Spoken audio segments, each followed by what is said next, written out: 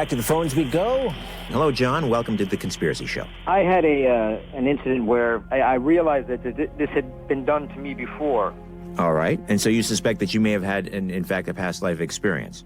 Yes, that did cross my mind. And welcome to The Conspiracy Show, Carrie. You're on the line with Paul Von Wart. We do reincarnate.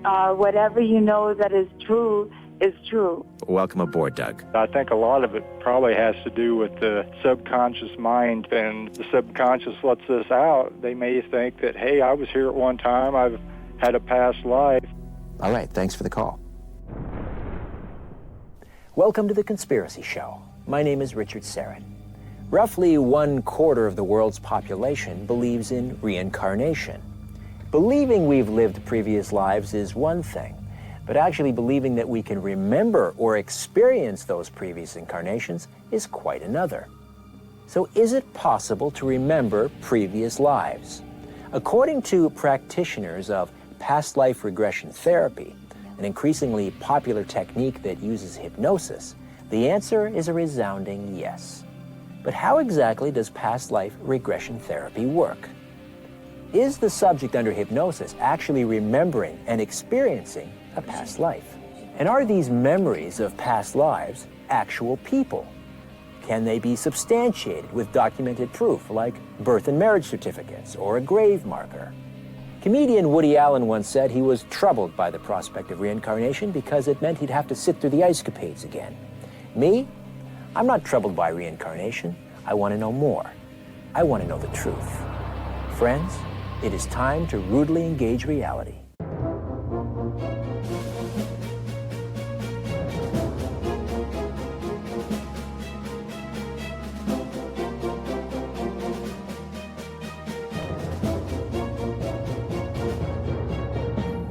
Past life regression therapy works this way. A subject is placed under hypnosis. While under hypnosis, is allegedly able to recover memories of past lives. It's very controversial. Dr. Brian Weiss, a mainstream psychoanalyst, first made this therapy popular, and now it has thousands of practitioners around the world. Does it work? Well, that's up for dispute. We're going to actually witness a past life regression therapy with a young woman named Candace and her past life regression therapist, Deborah Skye. Of course, we'll also speak to a skeptic who's not convinced past life regression therapy actually works. The rest, well, that'll be up for you to decide. Gordon Finn is the no BS guru. Welcome to The Conspiracy Show, Gordon. Thanks, Richard. Glad to be here. What exactly is past life regression therapy? That is where someone will come to me with a perceived problem, a perceived issue, a recurring dream that troubles them, and we will use various techniques, including relaxation and visualization exercises, to go backwards in time and space and access the previous life or previous lives in which that problem originally occurred. Give me an example of the most exceptional case that you've been involved with during a past life regression. One that comes to mind right now is a woman who came to see me at the difficult end of a long marriage, wanting to try and discover some of the sources of the troubles between her and her husband. And when I regressed her, she found herself at the American Civil War and in a battle, and the soldiers moved toward each other. She wound up in hand-to-hand combat with a Confederate soldier. I said, "Do you recognize this soldier?" And she said, "Yes, it's my husband." A death occurred, and she was the victor in that particular fight. But when I asked her later, you know, that's pretty dramatic, but does that help you understand some of the difficulties, quote-unquote difficulties you're having with your husband? And she said, "Oh yes, very definitely." I'm anxious to learn more about remembering and experiencing a past life, and to find out whether a past life regression can actually help someone deal with their present-day psychological, emotional, or physiological problems. So we're in Toronto to meet another noted regression therapist. Can you explain how a past life regression can help someone deal with a psychological problem? Okay, I'm going to give an example of a young man who is 36 in this lifetime. And he went back to German and Nazi, and he was one of the gentlemen who actually chauffeured people into the gas chambers, experiencing a lot of emotional dysfunction today. But that was what he was doing, and it was what he did. But even though the emotional guilt and everything else that came along with it impacted him so strongly that today that guilt still laid deep within. And in this regression, we're able to pinpoint where it came from, why, and that sadness didn't return.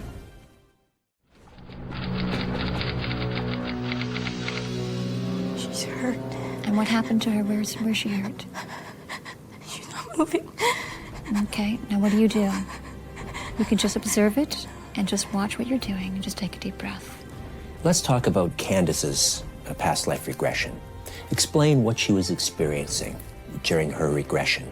What happened is she was in her early 20s, late teens, probably 19, 20, and she was living in the Deep South, early 1900s, and it was very impactful. She was doing laundry outside, hanging up laundry, and her young child was out in the field, and she hadn't come in, and she went out to find her and found her lying down on the ground, not breathing. So what happens is that somebody is experiencing something that is happening today. That's why it's recurring. So the regression in past life is repeating itself. What do you do with Essie? I carry her. Okay, good. You carry her.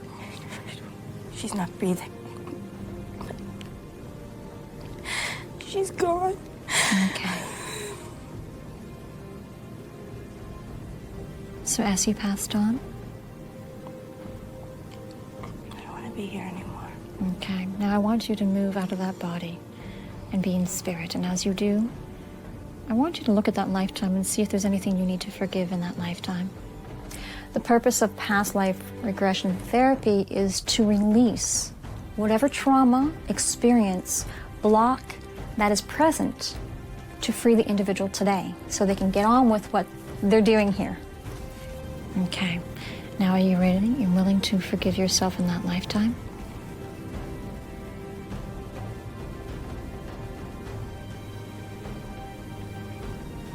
Yes.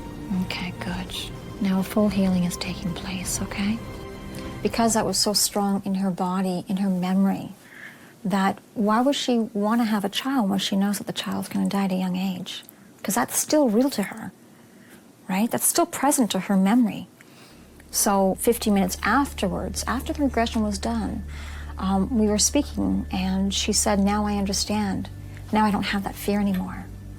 So the therapy and the therapeutic approach to the regression work is that you release the identity that you have with that lifetime and recognize that that was an emotional context that's in you, but it's not now. So the therapeutic approach is you release it. It's now gone, so now Candace is able to have a child without fear. I don't know how you felt about what you just witnessed, but I'm convinced Candace wasn't faking it. That was a genuine experience. The question is, was she recovering a memory of the past, or is there some other scientific explanation? People are not good at that situation. They tend to incorporate what they believe they should remember into their own memories, and they will defend those memories. It's a dangerous thing. This is the University of Waterloo's School of Computer Science. I'm here to speak with Associate Professor Jeff Orchard. Jeff knows a lot about the human brain. If patients feel that it is of some benefit and they are able to resolve certain issues, doesn't that then at least speak to the fact that it has some value? So if people benefit, that's great. The question is, will most people benefit? Or is it possible for it to do harm? And I think the answer is a clear yes. In fact, in Israel, the Ministry of Health has banned its hypnotherapists from doing past life regression therapy because there have been a number of instances where there were negative outcomes. Now, you will find other regressionists will tell you, particularly people that are trained hypnotists, they can take people to a much deeper level, where if they're in ancient Greece, they will sometimes speak in that language. But when you take them to that deep level, there is a certain amount of risk that if there's a trauma, they will experience the trauma on a deep level. When you're experiencing something, if you have a shoulder pain, and you realize in a lifetime that you've been stabbed, and then afterwards the pain is eliminated. It's an emotional, physical experience. Believers in past lives point to two fairly high-profile cases. Talk to me about the James Leininger case. So at first, when I first saw this, I was thinking, wow, how am I going to pull this apart? It just seemed so compelling. Ah, right, the young boy in the States that remembered being the fighter pilot in World War II. Yes, that's a very strongly evidential one. He seems to remember the names of his colleagues in the squadron that he was in. He starts having these nightmares about being in a plane crash and going down. He knows some facts that his parents can't explain. He knows about a plane called a Corsair. And a tremendous amount of detail about the cockpits and the controls of the planes that he was flying in 1942. And he started remembering this when he was, I believe, 3 or 4. And he knows about the little tank on the bottom. It's called the drop tank. And his parents couldn't explain how he would know this, or at least his mom couldn't. And had obviously no intellectual knowledge of these planes at that time, and surprised his parents. And then one of his family members, I believe his grandmother, suggested maybe he's remembering memories from a past life. So he started into past life regression therapy. From that point, things really start picking up. He starts remembering the names. He's looking in a book on World War II with his dad. He says, that's the aircraft carrier that I flew off of, called Natoma. And I crashed here. It was Iwo Jima. And he names Jack Larson, who was apparently a friend of his in the previous life. And so all these things check out. And it is strongly evidential as a case I've seen. But apparently, something that you don't see when you first read the story is that a few months before he started having the airplane crash nightmares, his family took him to a World War II museum. And there was a Corsair on display there, and there were drop tanks there. So all these things he could have picked up there, I expect he did. Who can trust anything about memories or what he knows, what he doesn't know? It's very difficult in that sort of scenario to separate fact from fiction. Talk to me about the Jenny Cockle case. This is one of the big headline cases for reincarnation and past life memories. She believes that she was reincarnated and she lived originally as Mary in Ireland. And as Jenny Cockle in this life in the 1970s, 80s, had recurring dreams of this small cottage in Ireland. 8 children, not very wealthy, was advised by the doctor, do not have another child. Did have another child and died in childbirth. Jenny Cockle went to a hypnotherapist, I believe, past life regression therapy, and started sketching out maps of the town that she lived in. And she went on this search.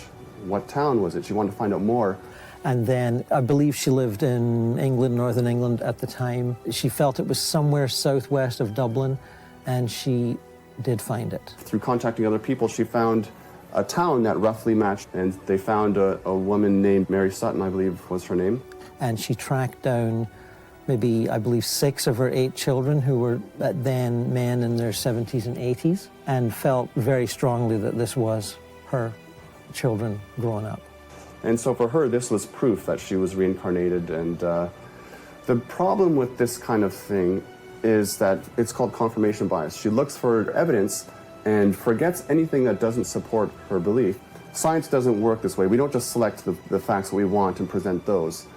Imagine if a drug company collected all the people that showed positive results and presented those to the public and said, see, our product works. So that would be severely criticized in the scientific arena. Convince me that consciousness survives physical death. Okay, well, this is a good one. Without your spirit, you are nothing. You can't live without spirit.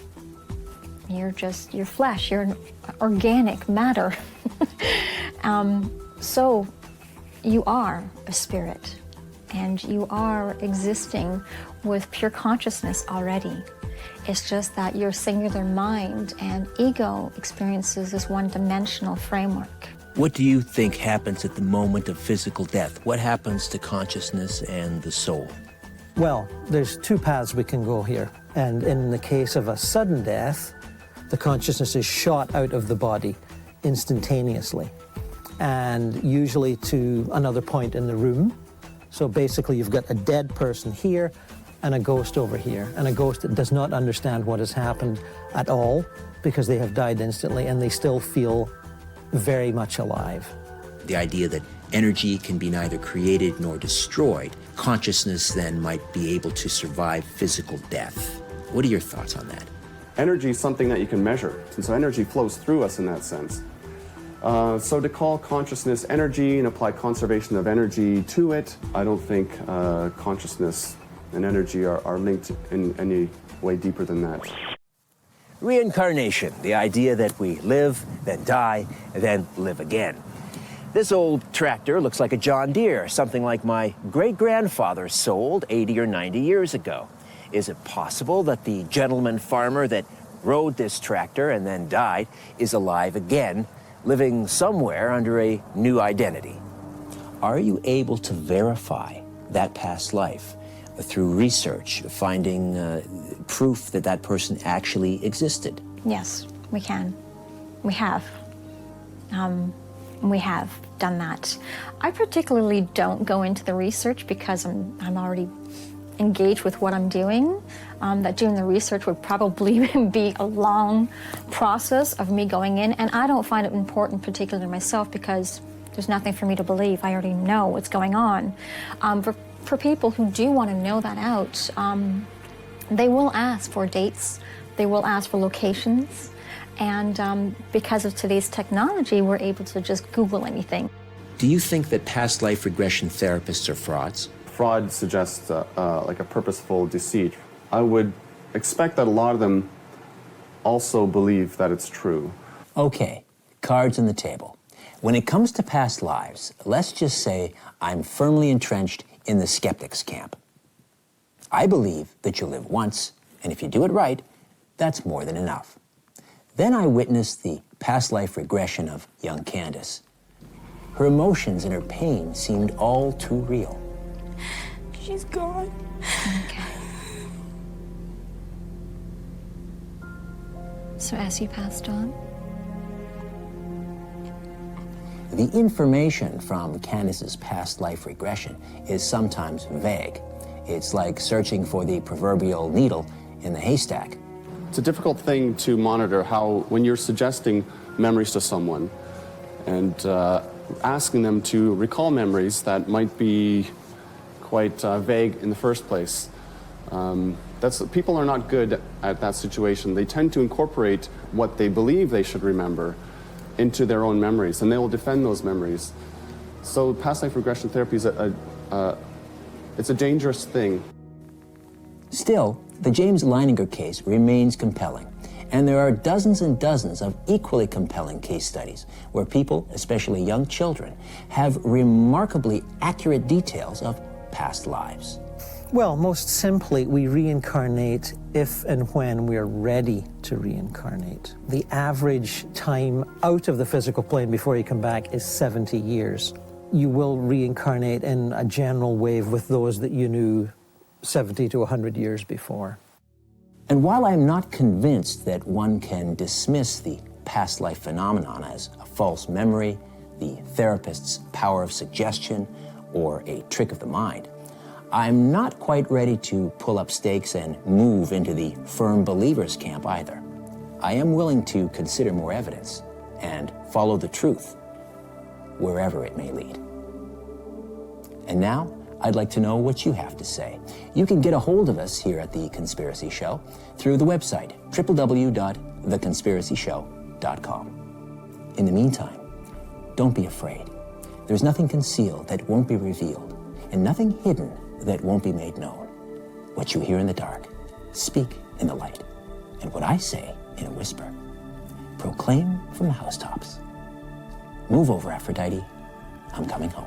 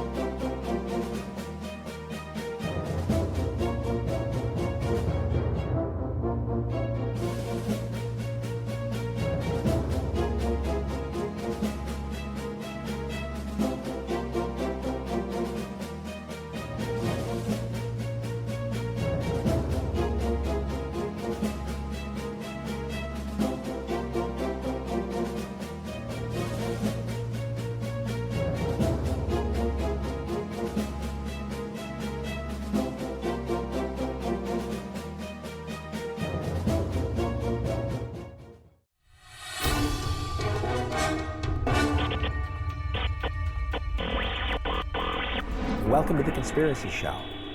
My name is Richard Syrett.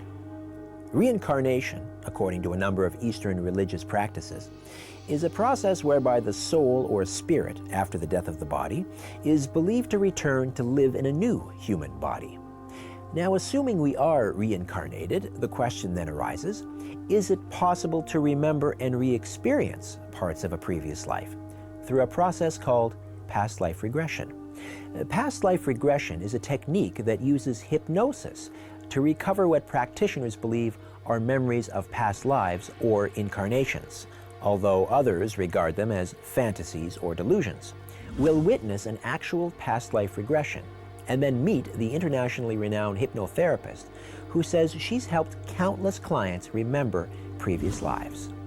We'll meet the individual who underwent the regression before our cameras, and we'll meet a genealogist who conducted research on behalf of The Conspiracy Show to determine if the past life remembered during the regression represents an actual person.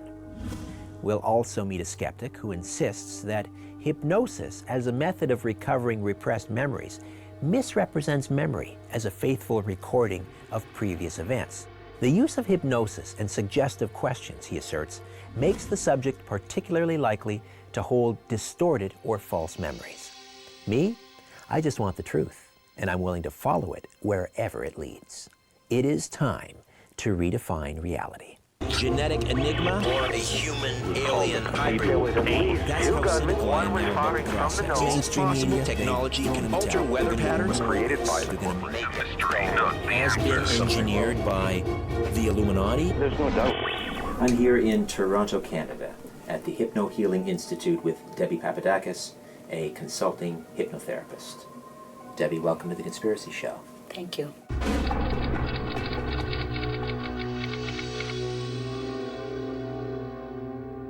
How does a past life regression work? What is the methodology behind it? Past life regression works in a sense that we go back into our own inner memories and bring back those memories. And if we can see them, understand them, resolve them, we can improve our lives. Edgar Cayce said that archaeologists go and dig down the earth to find the artifacts. Past life therapists are going back to discover what is inside of us, our old artifacts, in order to improve our lives. Do you believe that one can experience or remember a previous life through past life regression? Yes, I definitely believe that we can go back and experience it, feel it, live it basically, and then we can bring back those memories easily. The idea of past life regression is just a popular myth.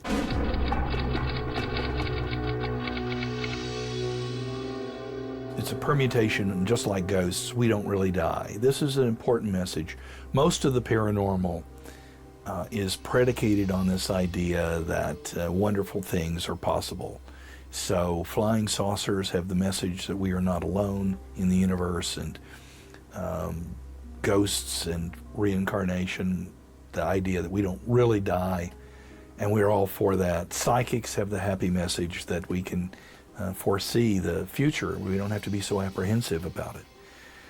But these are big promises, but there's not much in the way of real evidence. You've heard skeptics who would suggest that hypnotism does not provide an accurate representation of the memory, that the human mind is very imaginative. We tend to fill in the blanks and create things. If I only had done a couple of them, I might have, in the beginning I was questioning myself, is this real or not? The human mind is very imaginative. We tend to fill in the blanks and create things. But after done thousands of them and see the situations and the descriptions and the emotions they feel, and if I ask them questions or I ask them to think of something else at the time, they go back to it. In other words, I will ask a question that does not fit in the picture, they'll take me out. If it was only imagination, you can take the people much faster out of the situation.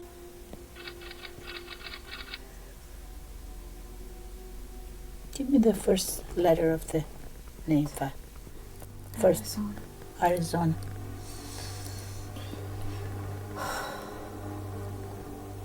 Just take a deep breath, relax. You're safe and secure here right now. It's okay. Just relax. Just go back and describe what's happening there. Some of the tribe is killed.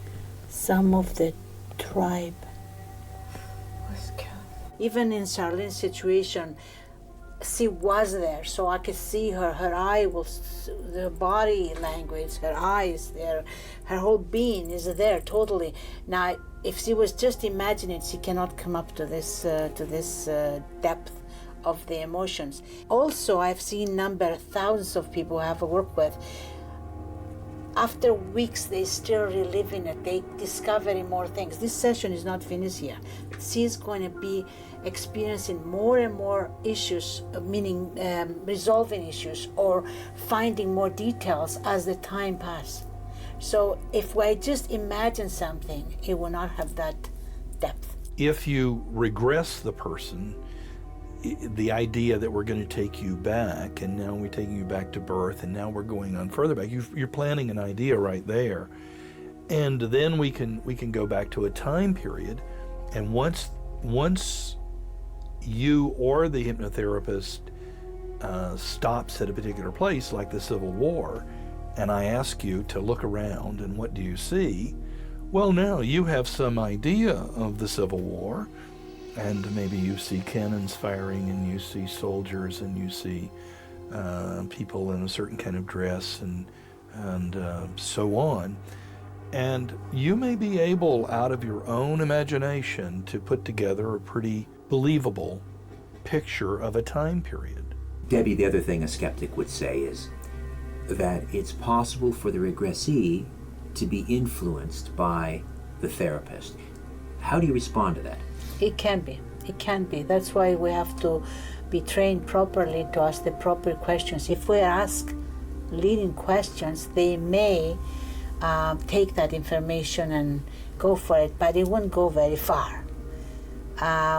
So we have to know how to ask the questions. My name is Michael Anderson. Where are you right now? Train station. Are you going where?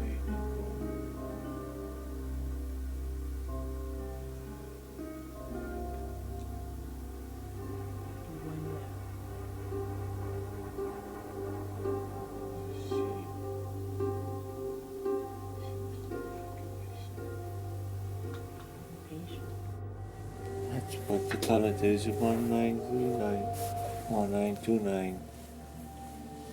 Oh, it's on 1939 or 1929. Where are you going? What city are you going to? Where I'm going is a house, big house. It's also on the farm. Mm-hmm. But it looks like I've been there before. What's the event?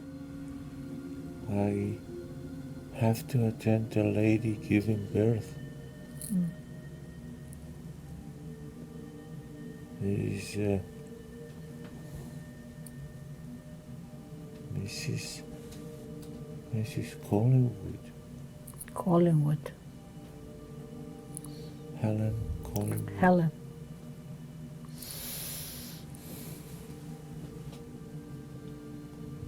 Her husband is on overseas, they said. Looks like a nurse, but it's not a nurse. It's a young lady there helping her, putting some kind of rugs on her face, and her feet is on the water, and we'll try to calm her down. She's screaming.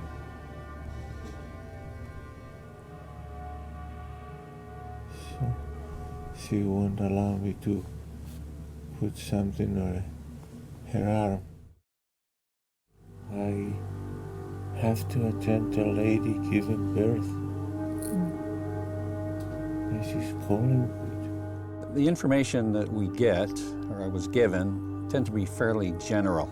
In some cases, there's no specific location. Some places there is. And in other cases, there's no specific date, so there's just generalities.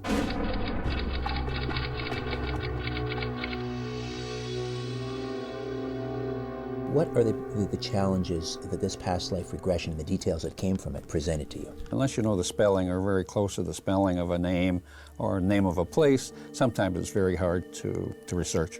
And how do you go about researching someone's roots? You start with the marriage certificates where I start, and then I go to a census if it happens to be in a census period, and go back from there. Censuses are the main focus for me for finding families, because you can find them every 10 years, for instance, in a country, and it tells you who their children were and where they were born and things like that. So, and it just goes from there. Now, there's different ways of finding other information, like birth, marriages, deaths. They all give you a certain amount of information, and are all help to build the overall picture. There's city directories, voters lists. Did it feel real to you? It felt, the lady felt very, very real to me, because I felt some kind of stress in my body. Try to put some kind of medicine into her body so it can calm her down. Do you remember taking a train? Yes, I do. And then I went to some kind of platform.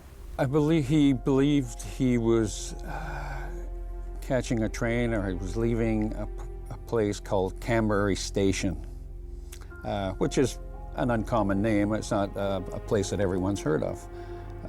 On the research I did, I found 2 locations for that particular place. One happened to be in Ontario, near Lindsay, Ontario. Another one was in Australia, near Perth. My name is Michael Anderson. He did provide the names of family members. Also, yeah. What I did was, I tried focusing on the Canadian one first, like the Canberra Station, if in fact that was a place. So there, as I said, there was a place called Canberra Station. Okay, what's the name of your mother? Judy. Judy. And your father?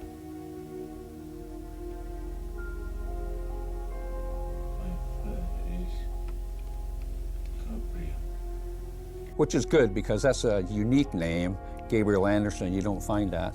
But I couldn't find any Gabriel Anderson, and his mother's name, I believe, was Judy. What I did, I went back through all the census of Canada and put in Gabriel Anderson, and I couldn't find any, nor Judy Anderson, and neither the two in the same household together. There's lots of Michael Andersons. And in fact, there was only one between 1950 and 1930, or pardon me, 1850 and 1930, there was only one Gabriel Anderson appeared on a census in Canada, and that was in Saskatchewan. And they had immigrated to Canada in the early 1900s from Sweden, but his wife's name was something like Ingeborg or whatever, not even close to Judy. So I don't believe that was the same one. And they didn't have any boys on the 2 censuses that I looked at named Michael. She's not ready for the baby, but she has some kind of sickness. She's got fever and has pain in the stomach. And the location in Australia? Australia is a little harder to search because A, the census aren't available online. Birth records aren't available either.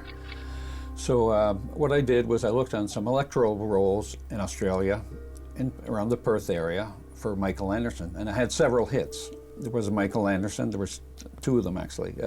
One was on once only, but there was a gentleman by the name of Michael Graham Anderson.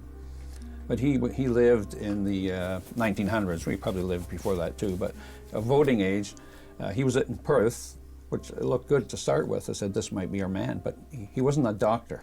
He was they call a stereotypist, which is basically a typesetter nowadays, okay? So he's a printer, basically. So I checked his father's name there, which is Gabriel. Couldn't find him either, so. Based on your preliminary research, what can you tell us about the likelihood that there was an actual Dr. Michael Anderson? Dr. Michael Anderson, there is several Dr. Michael Andersons still living, but based on the information I was given, being his parents, being Gabriel and Judy, I believe that there's no such person. They don't have to believe it, yet they can have totally healing sessions through this work. We basically go back to our memories that are inside of us. And if we bring these memories outside and through different techniques, we can resolve issues that in a normal way, they can take years to be resolved. But we can go back to a past life, and by clearing that little, maybe tiny event, by reversing it, changing it, reframe it, just looking at it, understanding it, we can come back and the problem is most times solved. At some point though, we have to relive it in order to release it. If we don't relive it, we don't know what we're releasing. So we have to bring the emotion up and then we deal with it. The false memory seems like a very powerful thing, because I've witnessed past life regressions and seen people actually weep. And the emotion seems very genuine. Oh, absolutely, and I think that is true. You're bypassing when you're in this relaxed state. It's a state in which you're very vulnerable, and you're very open. You're very open in that state, and therefore very vulnerable. And so, naturally, if you're imagining yourself in the role of someone, it's like method acting. If I ask you to go somewhere in your mind, and when I shoot you and I say bang, you fall down, you can act that fairly realistically, because for the moment you believe it.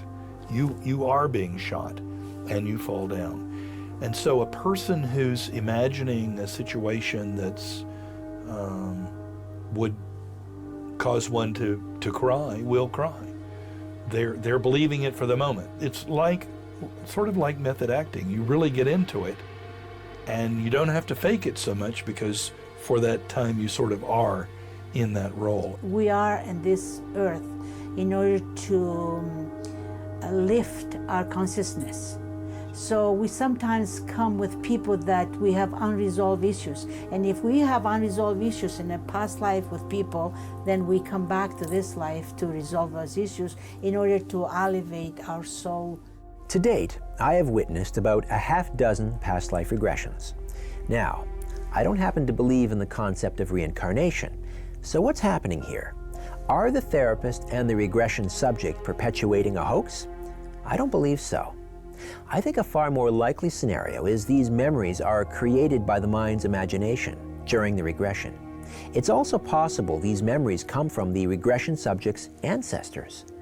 In other words, these are memories stored in our DNA. It's fascinating. And of course, it's also possible that I'm wrong. Reincarnation is real, and that a past life regression opens a door to a previous life. And now I'd like to know what you think.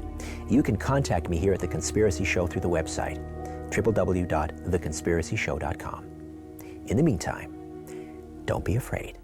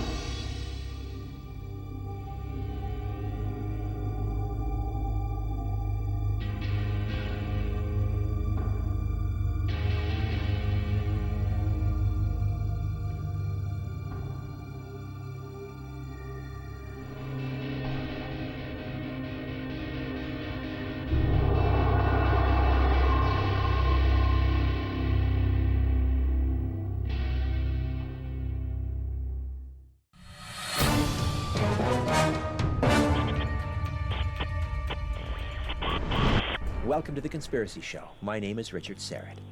We all know what a Ouija board is, right? Aside from the general prohibition laid down on Christians to not have dealings with dead spirits, I've heard all sorts of stories of people who play with them and then have something in their house.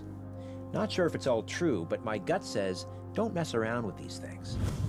For those of you who don't know what a Ouija board is, it's commonly used in divination and spiritualism, often by friends out to have some fun. Sometimes users become convinced they've been contacted by the spirit world. But is there really a spirit world?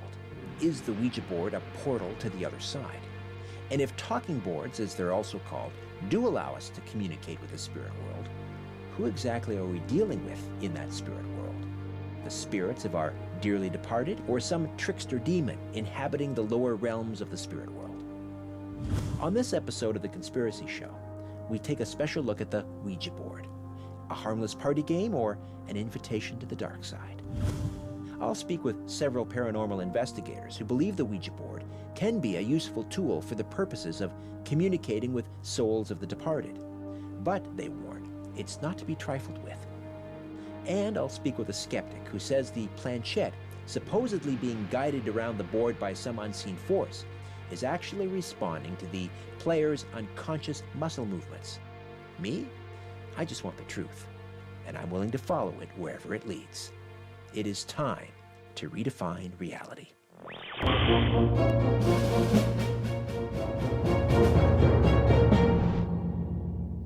The Ouija board is a spirit communication tool, and as such it's neutral.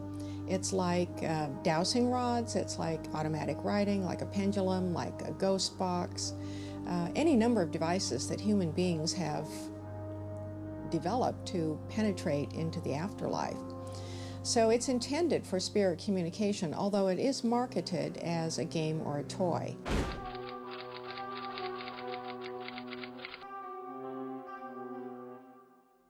The Ouija board got its name actually from a session with the Ouija board conducted in the late 19th century.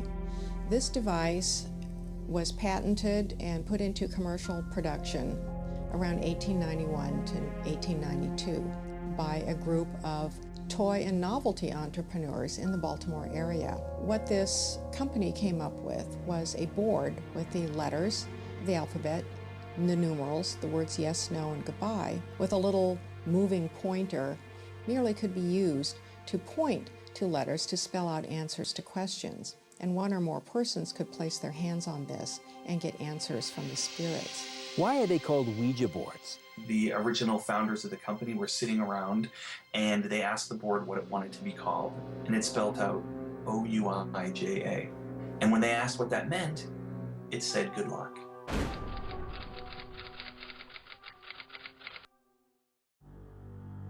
But something interesting that we just found out recently was that a talking board actually made its way to the White House in 1886 as a wedding gift for President Grover Cleveland.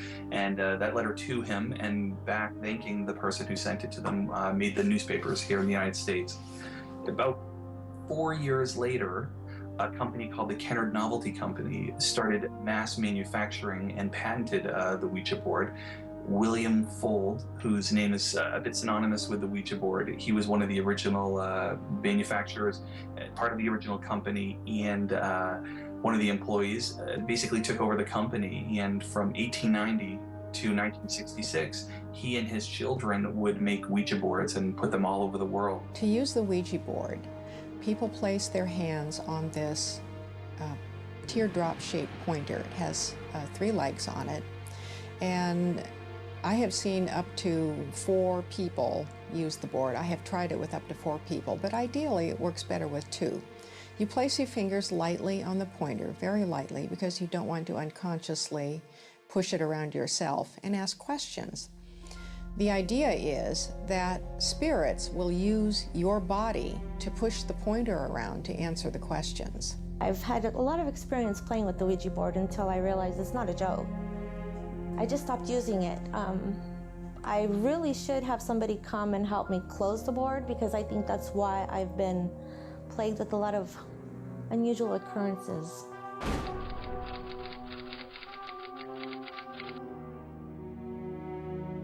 At At that time, I didn't realize that when you use the board, you need to close it. You're opening a portal and allowing these spirits to come in, and it's not always good spirits, it's also bad spirits that come in and they try to deceive you. And prior to my use of the Ouija board, we didn't have anything going on at my mom's house. I felt safe in her home. I didn't have any weird sensations. It was comfortable. After my use of the Ouija board, it took on almost a dark sensation. And I tell my parents I feel that that is still following us because a lot of bad things just started happening. My dad ended up having a stroke. He lost his job. You know, their marriage started to fall apart. I have made contact, I believe, with someone using the Ouija board. That was at my mom's house. The spirit gave us the name of Daniel, said that he had committed suicide in the home. And I asked where he was, and he said he was right next to me. I got a real chill from that. He was probably, I would say, about maybe 15, 16 years old. Definitely not see-through. He was like a person just standing there. I thought it was one of my brother's friends, honestly, because he was about the same age as my brother. I was sitting in my room on my bed, facing the door, and he just appeared there, standing there, no expression on his face. There was no emotion. It was almost just a blank stare. Robert, do you think there's any credence to the claim that talking boards or Ouija boards can be used to communicate with the spirit world? Is there a spiritual? Yeah, I guess it depends on what you believe. And if there are spirits or something else out there, then why wouldn't they be able to speak through a Ouija or any other talking board?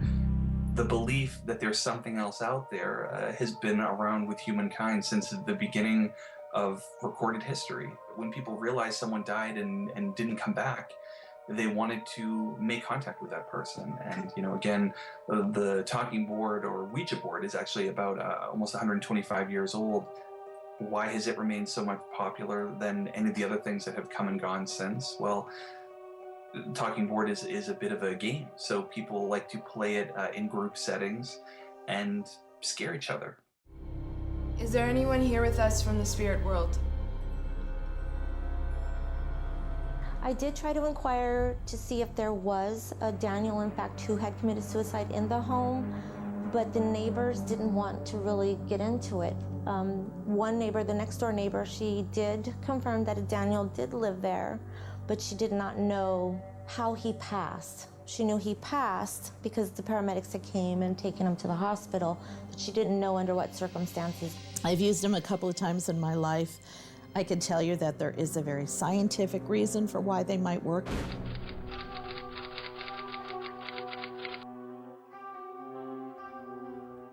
It's called the ideomotor response, and basically it's involuntary movement. When you very gently place your fingers on something, your body is moving it. Guys, I think there's more than one ghost here. I have been in many Ouija board sessions, either as a participant or as an observer, in which the pointer is moving very rapidly, spelling out words, so rapidly that the people who have their fingers on the pointers can barely keep up with it. The ideal thing is to place your fingers so lightly on the pointer that you couldn't give it a push. It's not uncommon to see the pointer fly off the board or become very active. Your body is doing it. They're very, very subtle movements that go through the fingertips onto the planchette, but there are still a lot of people that insist that no, these are spirits moving the planchette. It's not infallible, and we can't rule out subconscious input in many cases, especially if people get answers that they're really looking for. We welcome any spirit to communicate with us. How would you explain then, when there is a group of people, all with their hands on the planchette, that the planchette moves around the board giving definitive answers? What appears to happen when people use a Ouija board, whether there's one person with their fingers on the planchette or more, is that the questions that are being asked are already a bit biased towards the answers that will come.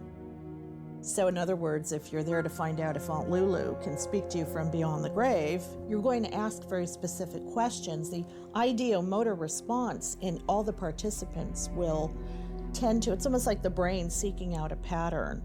They will create the message that will go along with the question. I've used the Ouija board by myself. I feel there is something to it. The planchette does really move by itself.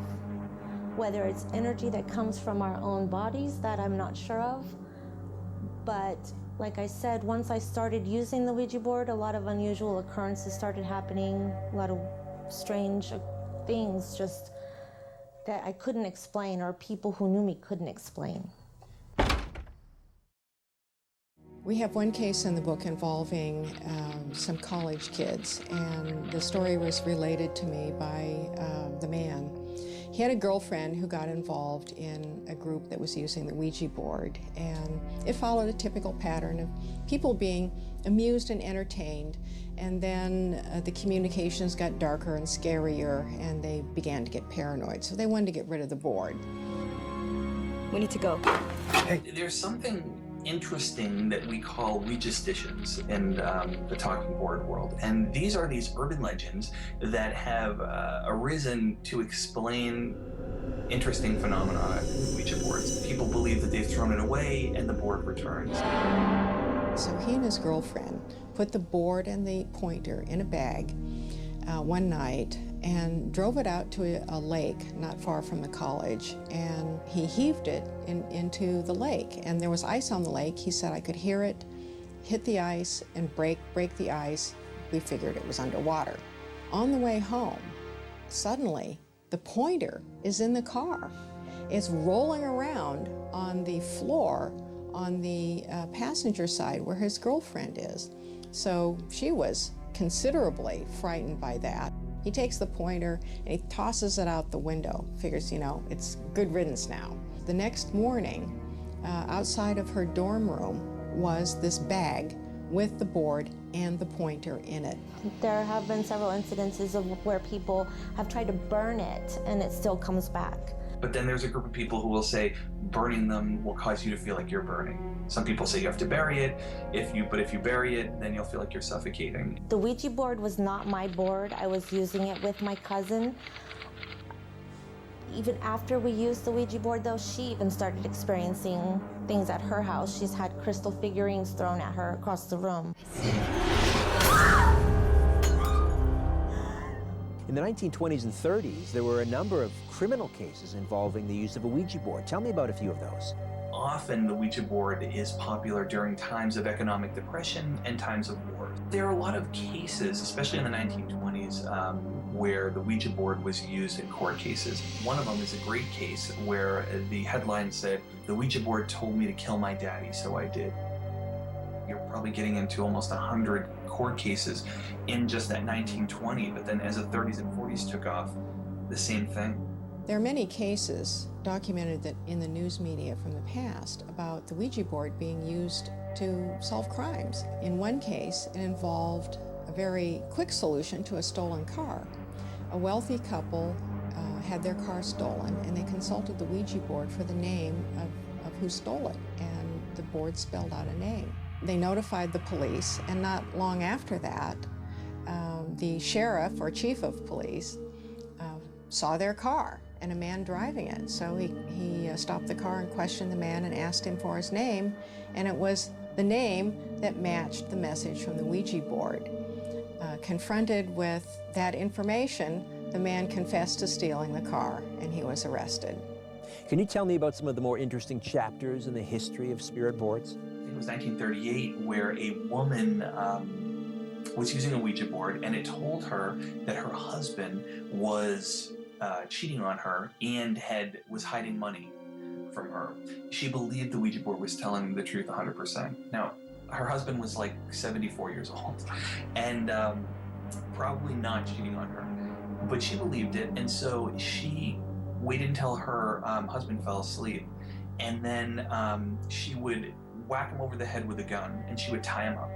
and then she would burn him with a hot poker, and she would whip him until he would tell her who he was sleeping with and where the money was. He finally broke, and he made up a story and told her he was sleeping with a neighbor and the money was buried in the backyard. And when she found out those things weren't true, he knew she was going to come at him again, and so he actually shot her and killed her. He actually got off for, just trying to protect himself. Fascinating. Ouija boards have a bad reputation, Robert. They went from a novelty, a fun game, to something demonic, something to be feared. What happened? I think from the beginning of talking board history, so even going back to 1886, because it was born out of the spiritualist movement, it always had the connotation that it could make contact with something. The difference is, today we view spirit communication as possibly something bad, whereas at the time, you gotta think back before the internet, before electricity, before telephones, all of these things that we're used to having, this was seen as entertainment. The whole family would gather around and possibly have mini seances with a talking board, and that was normal and acceptable.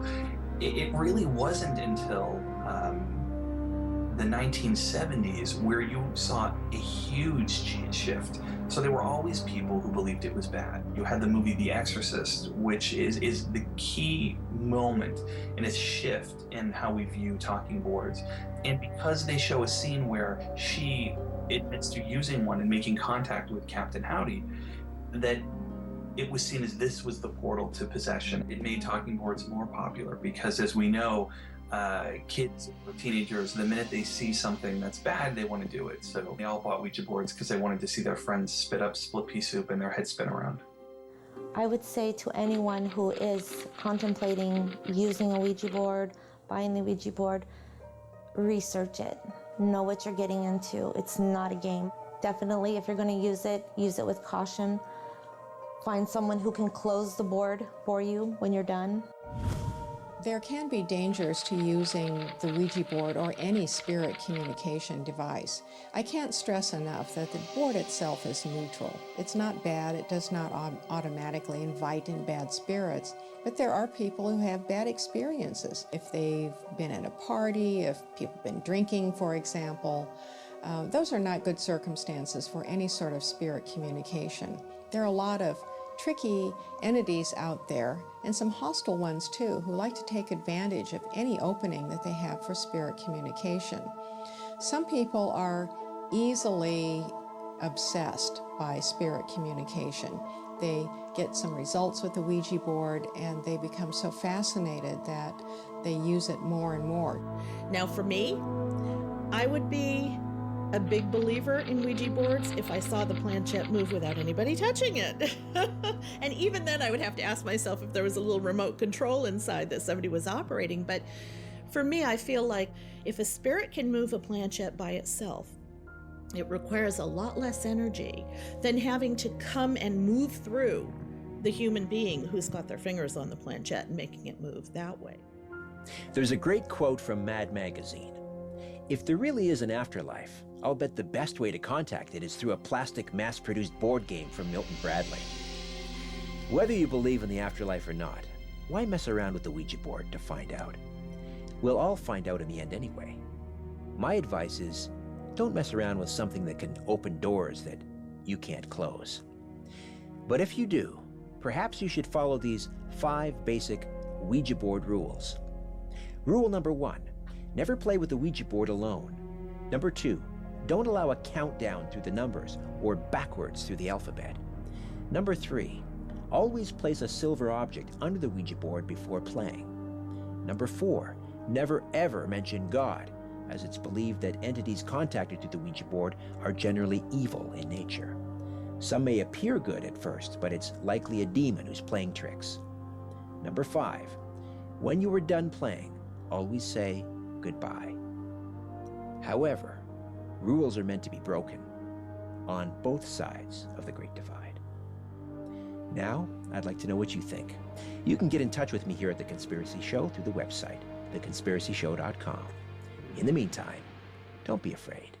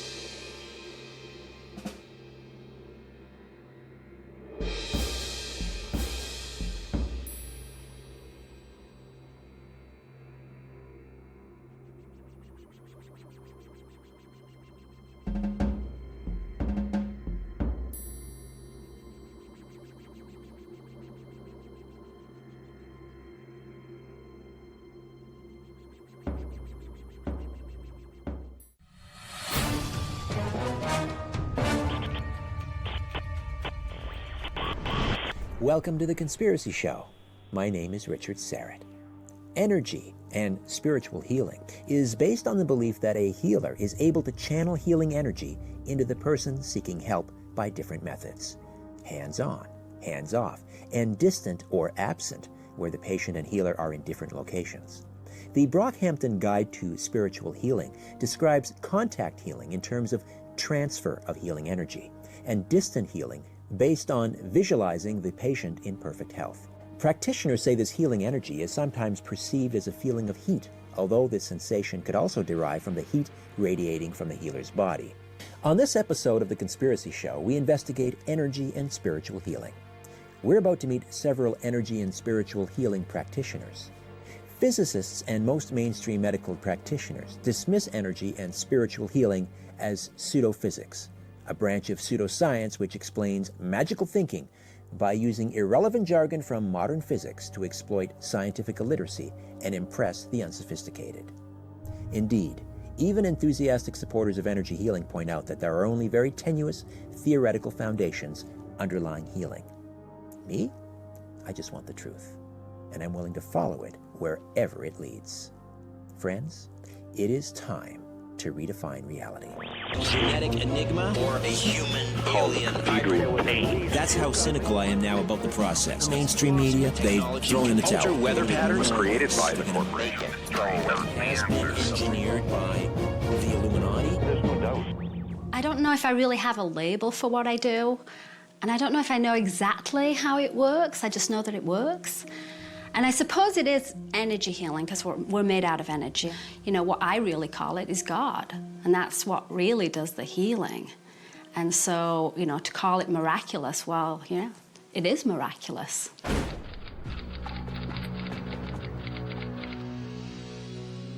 And I'm always surprised by this because it's not me that's doing it, you know. I don't take credit for it. It's the spirits around that are helping me, but really the healing energy is the universal life force energy, the energy that runs between all of us, the God force energy. And, you know, what I really call it is God. They fall over. The energy goes into their body and they literally faint.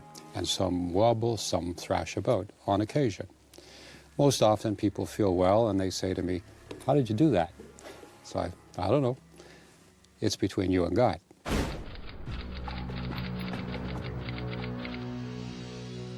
The energy is like a battery, sending invisible electrical current into a sick body, and the person reacts. So when I lay my hands on somebody, I have no expectation specifically, but I have an expectation that something is going to happen. I use the energy coming out of my hands, and I tap on all the energy from all the other people around me, and we together put energy into somebody's body that causes a reaction.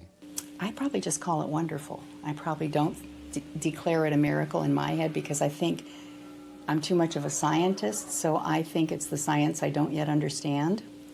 I also am a deeply religious person, so I believe that God heals people through me that are beyond my skill to heal. Well, actually, it's probably the Earth's magnetic field that we all live in and walk around in. As we walk, our bodies draw energy up from the Earth, and it goes up through our system, and then because it's slightly particular, gravity pulls it back down. So you're in this field that goes up the inside and out the outside most of the time. The aura is actually very symmetrical, so whatever an individual's hand span, like a piano octave, if we were really healthy, it would be out here. Both of us are kind of in a little closer than that. It's a hot, smoggy day in LA, so we have an appropriate aura, but it's not glowing. A sick person's aura would be maybe 1.5 inches pale, with big areas where you wouldn't see any color at all. Some people, when I touch them, I mean, some people don't feel anything at all, but some people actually feel that energy coming through, and that's why you'll see on stage, sometimes I just put my hand on them, and they'll go, oh, you know, and you'll see them like burst into tears, and I haven't even done anything, I just put my hand there. I mean, it just feels like pure unconditional love, and when you really feel that feeling, I mean, it's emotional. It feels amazing. And so when you see me touching people and they just burst into tears, it's not me that's doing anything, it's them connecting themselves. And I mean, that's just wonderful to see that. So what I normally do when I lay hands on people, I start off with putting my hand up and down the spine, and I kind of sense a place using the acupuncture points on either side of the spine. I sometimes wave my hand up and down in the aura to kind of clean it or remove any kind of interference. And I start off with the solar plexus. This is the center right here above the navel. And as I do it, I try to get the energy coming in my hand and I put it into the body. I close my eyes and I look in my mind for something that would be a problem. And the energy can actually cause the body to move around or to push it over. And normally we have someone behind the person to catch them if they fall over. While I'm closing my eyes, I'm going into an altered state of consciousness or a different state of mind. It's almost like I'm pulsing now, and then I stop and hold it back. And what I would do is end up by smoothing the aura out. I know it looks like I'm doing nothing, it's invisible, but I'm actually smoothing the energy out. It's a physical thing. It's not a magical trick. So the process I use with a patient is to first get them as comfortable as they can be laying down on their back, and then I scan the whole aura with my hand, because even though I'm renowned for seeing the aura, my hand actually sometimes picks up something my eyes don't pick up. You'll pick up stuff like up here, there's some stuff on Marina, but that's from whiplash that I can actually feel all the way through her body on this side. So it's not unusual that you pick up stuff that isn't the current complaint, because the body really stores all the information of everything that happened to it. You come at this from a scientific background. You studied to be an electrical engineer. What have you learned about electrical systems from the human body? It's the most complex electrical system we have. Everything I learned in engineering is useful to me as a healer. Engineers always think I can do anything. I just have to figure it out. And it's a kind of built-in scientific optimism that many of the field of sciences don't have, because they're laden by statistics. I mean, we know that certain kinds of cancer move very quickly through the body.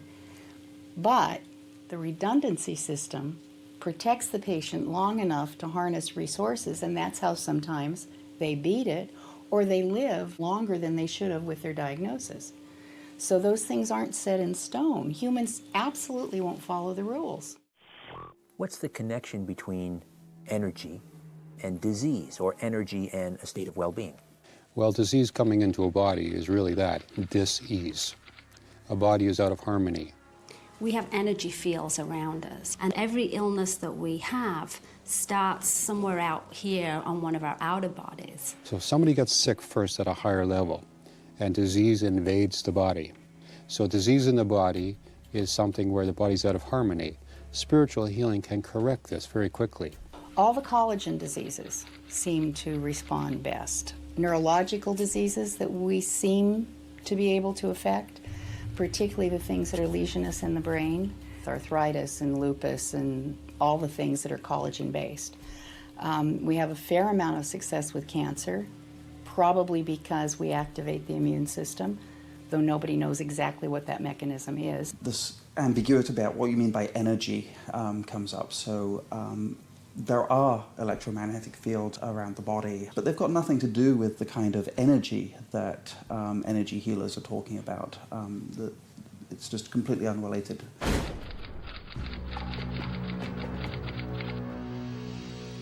There's no evidence at all that this has anything to do with health or that can be manipulated.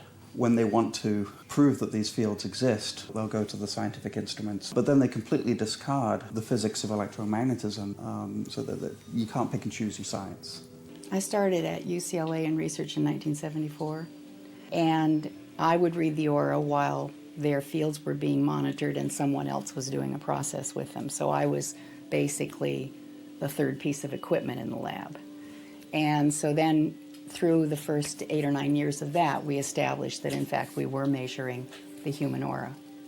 It's pretty easy now to replicate because our equipment's so much better. A 9-year-old girl in a science fair tested 21 practitioners of therapeutic touch who claim that they can wave their hands over the body and manipulate people's energy fields. Well, she gave a very simple test, that if they can manipulate these energy fields, then they should be able to tell the difference between when their hand is over her hand and when it isn't. And they couldn't. The idea is you don't have to believe.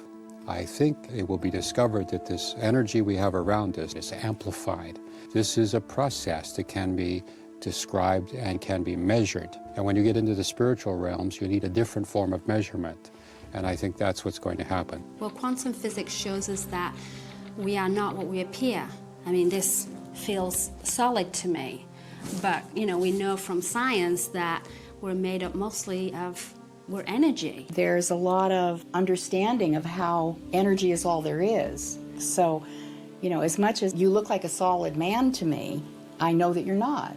I have a rule about quantum mechanics, which is that 99% of the time that anybody who's not a theoretical physicist says anything about quantum mechanics, it's complete and utter nonsense.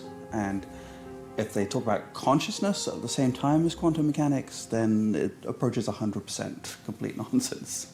I went to see this great healer in Brazil called John of God, and he's a trance medium, which means that he actually allows spirits into his body. They actually incorporate into his body while he is kind of held in suspension, and it's actually the spirits that heal through him. And you know, there are not many people like this in the world. I've met a lot of different healers and psychics, and this one I really believe is the real deal. John of God is a Brazilian faith healer or spiritual healer. Most of the people who come to see him are directed to what's called invisible surgery. I went in front of John of God and I said, I'd like to be able to read without glasses. Could you do something about that? And so I ended up having a physical surgery, an eye scraping. The kind of surgeries that he's performing are old conjuring tricks that magicians have been doing in carnivals for 100 years, like fake psychic surgery. There are some strange surgeries, physical surgeries that are going on at John of God. At some point he puts a large instrument like forceps up a person's nose, or the scraping the eyeball surgery that he does that, you know, could cure some blood disease. It looks like that they're cutting into the body and pulling all kinds of nasty things out of it, when in fact it's, you know, up their sleeve that they're pulling out and that kind of thing. He actually takes an unsterilized butcher's knife and actually literally scrapes your eyeball. And I see the thing in my eye and it looks weird, but it doesn't hurt. And then he comes back to scrape it again, and it is like agony. I mean, this feels like somebody took a piece of glass and just scraped it over my eyeball. And I went, oh my God, this is like crazy. And then the spirits went, okay, you can have your anesthetic. And it was like somebody shot me with an injection. I mean, I just went, whoa. And I actually felt it like a drug going in my system. And I could see the knife still scraping my eye, but now I couldn't feel anything, couldn't feel any pain. And I think from that day on, that was when I went, yeah, there's something really supernatural going on here. And that for me just did it. Yeah, I'm absolutely convinced that there is some spiritual work going on down there. Can you give me an example of one of these miracle healings that you've participated in? I was selling books at in Toronto here at a convention. In any event, this lady came up in a wheelchair with two other people behind her. This person came up and said, okay, stood up out of her wheelchair. I laid hands on her, and instantly she fell back. And she said, something fell out of my head. Something's falling out of my head. And she reached the back of her head as she was gently laid down on the floor. And she was protesting. She was talking, but she couldn't stand up. The two people behind her later assisted her and helped her stand up. I gave her my business card and off they went. End of story. Except that this lady had an MRI before she came to see me, and one of the people behind her was a medical doctor. She had 3 tumors in her brain that instantly disappeared. My next door neighbor developed eczema all over her arms, and I went to heal her one day because she couldn't paint anymore. She was a painter. And her husband started asking me questions like, what do you think of psychic healing? And I said, I don't think about it. He said, no, you have to think about it. I said, no, I don't think about it. I don't know what it is. I don't know what it does. I don't know what its purpose is. And my friend said, you have to think about it. You healed my hands. And we both held each other and cried for a while. Patients claim that they are healed by all kinds of practices that we know don't actually do anything. In a lot of cases, it turns out they aren't being healed. So there are a lot of cases where people claim that they were magically cured of cancer, which a few months later the tumor is bigger than ever, and they die from cancer. There are lots of cases where you would expect improvement, whether or not somebody was being treated. The treatment gets the credit for the improvement, even though it's a pure coincidence that happened then. So that's, I think, the explanation for the positive testimonials. What we don't hear is the people who got no benefit. Energy healers are a varied bunch. I think a lot of people who do, say, therapeutic touch genuinely believe that they are doing something, that they are healing. I don't think they're charlatans. A charlatan is somebody who knowingly is committing fraud. Right? They know that they're not doing anything, and yet they dupe people out of their money. 95% of the healers and the psychics that I meet are, maybe have a little bit of sensitivity, but I wouldn't say they're any, great guru. I think these people are rare.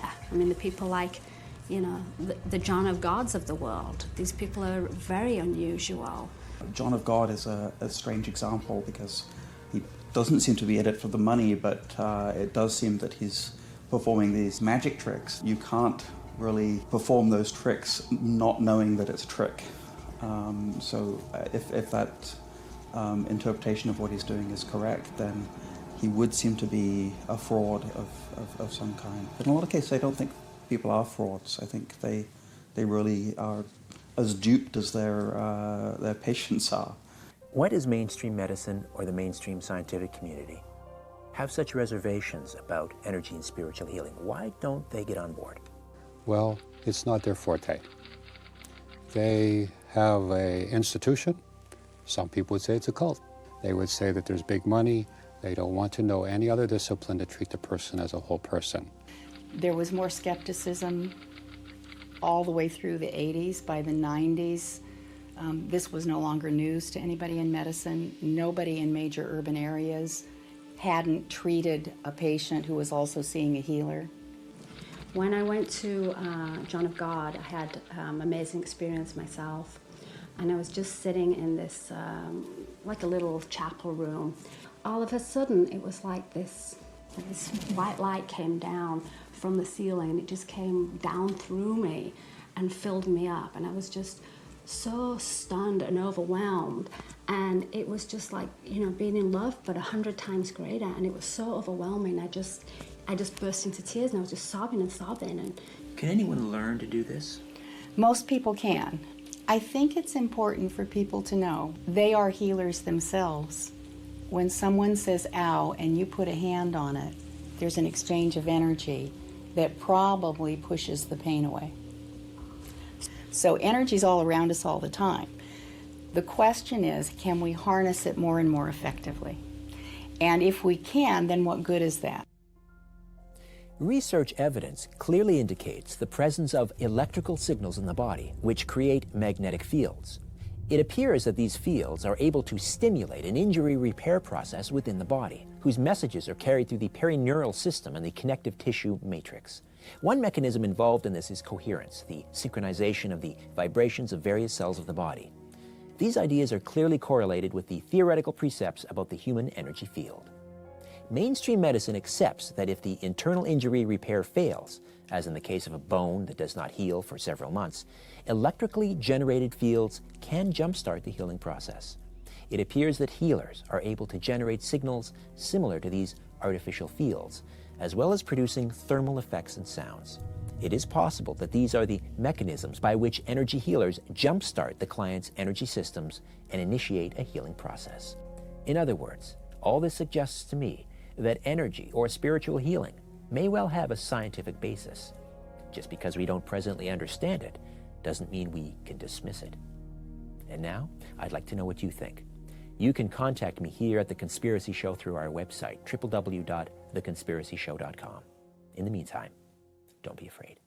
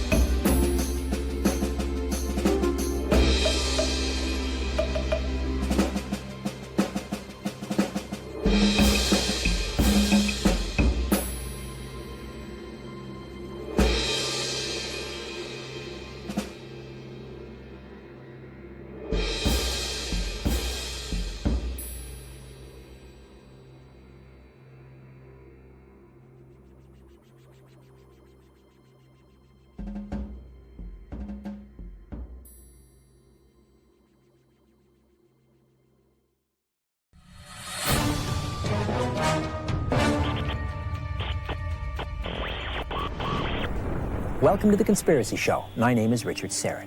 Is it possible to travel backwards and forwards in time? Or is this simply the fodder of a good science fiction novel? Tonight, we'll meet two whistleblowers who allege they've both been involved in secret military time travel experiments. We'll also meet an experimental physicist who maintains that claims we've already secretly achieved time travel defies all rational and scientific thought. Our mission is to investigate these claims and follow the truth wherever it may lead. It is time to redefine reality. Genetic enigma or a human alien hybrid? There was at least two gunmen. One was firing from the nose. Is it possible technology can alter weather patterns? Created by the corporation. Mystery, not the Has been engineered by the Illuminati? There's no doubt. I'm here with Andrew Bushago, who is a lawyer in the state of Washington and a pioneer in time travel. Andrew, welcome to The Conspiracy Show. Thank you, Richard.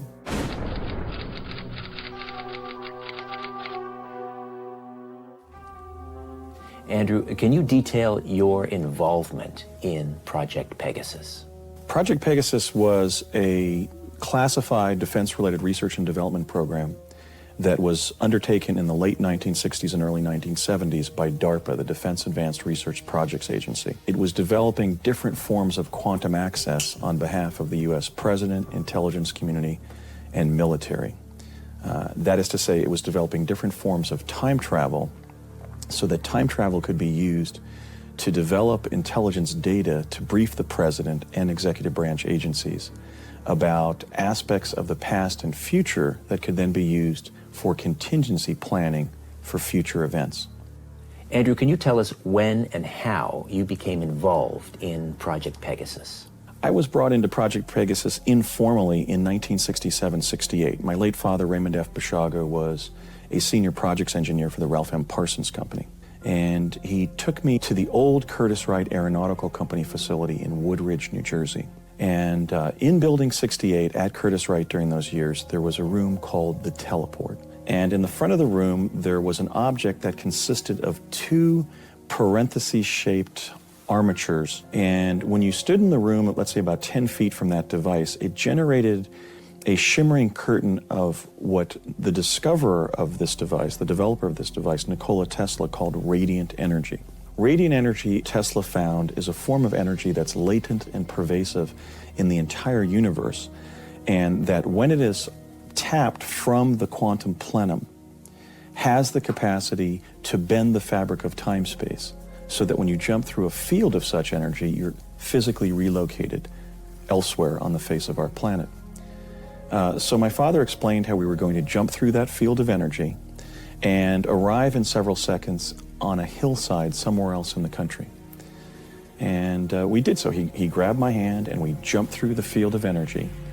And we entered an illuminated tunnel that was very similar to the accounts that people described during the near-death experience. The tunnel was a dense, luminous cylinder of light that was moving sort of along like streamers of smoke, but you could tell that it was light. We were moving very rapidly, and in several seconds we saw a pinprick of light in the distance, and it rapidly moved towards us and then very rapidly collided with us. And we found footfall in the destination that would be used for the next 5 years Santa Fe, New Mexico. If you were sitting across from Andrew Basiago and he told you that story, what would you think, what would you say? My reaction is not to try to discredit him, but to try to find out the real truth underneath the statement.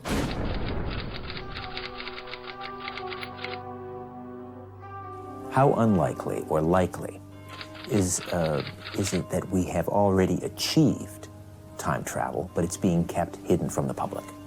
I'm a bit of a skeptic when it comes to believing what the government says.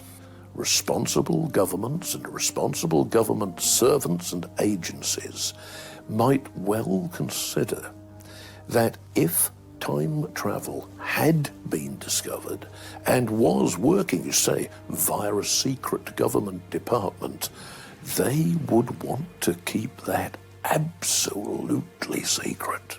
The idea of time travel being available, being known to certain government scientists.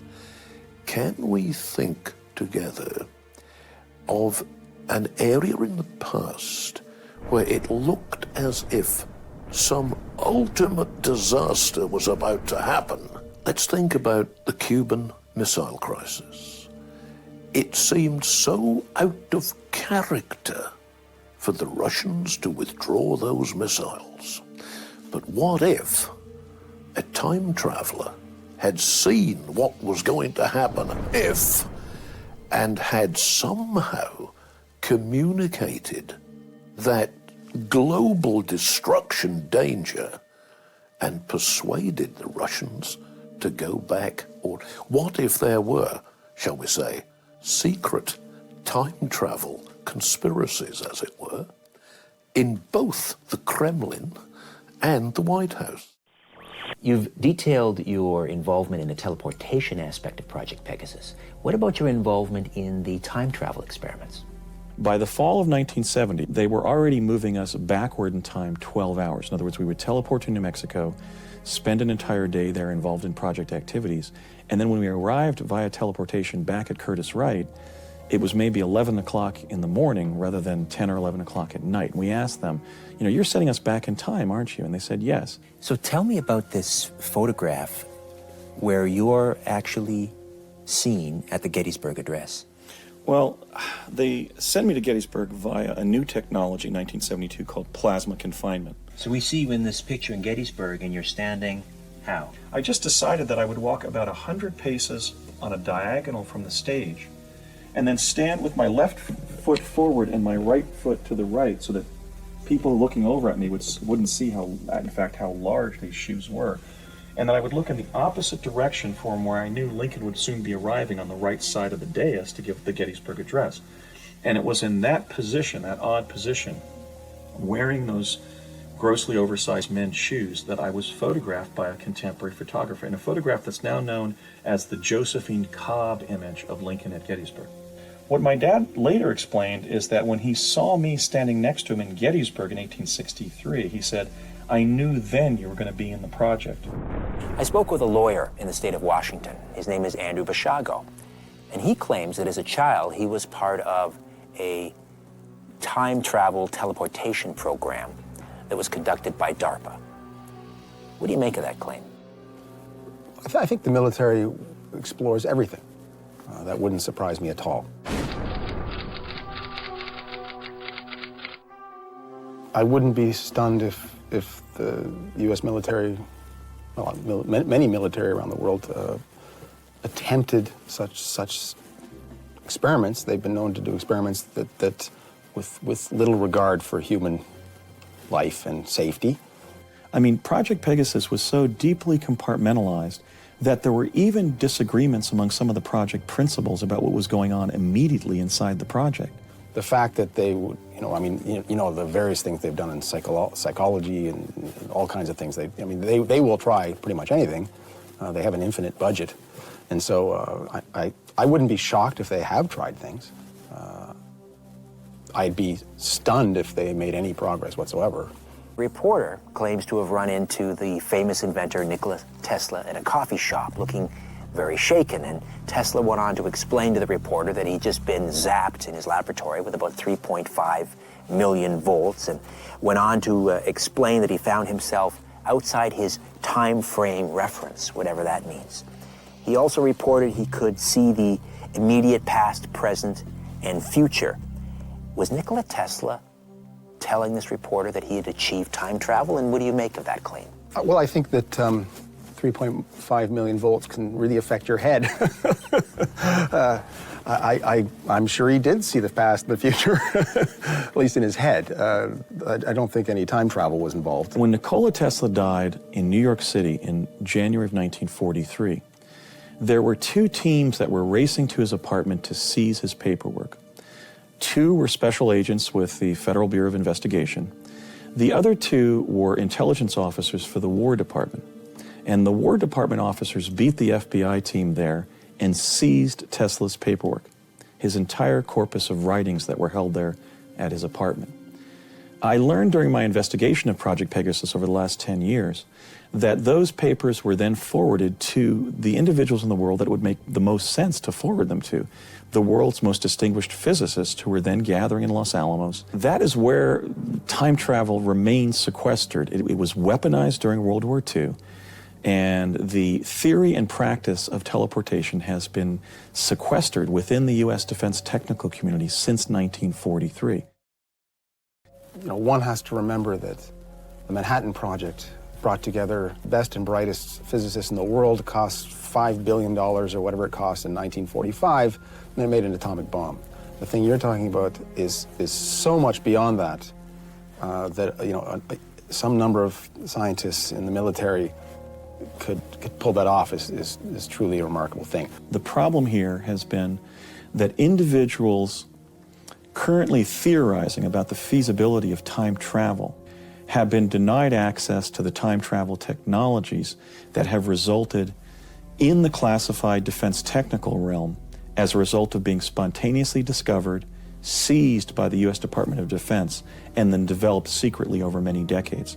And so we're in a bit of a historical interregnum here where a number of physicists contributed ideas and devices to the U.S. defense effort so that time travel emerged secretly under the aegis of the U.S. Department of Defense. But brilliant luminaries of our time, like Dr. Michio Kaku and Dr. Stephen Hawking, cannot speak authoritatively about time travel because they don't know what the state of the art is. Do any of Einstein's theories even allow for time travel or the creation of a time travel device? He would be rolling in his grave if he thought that that was true.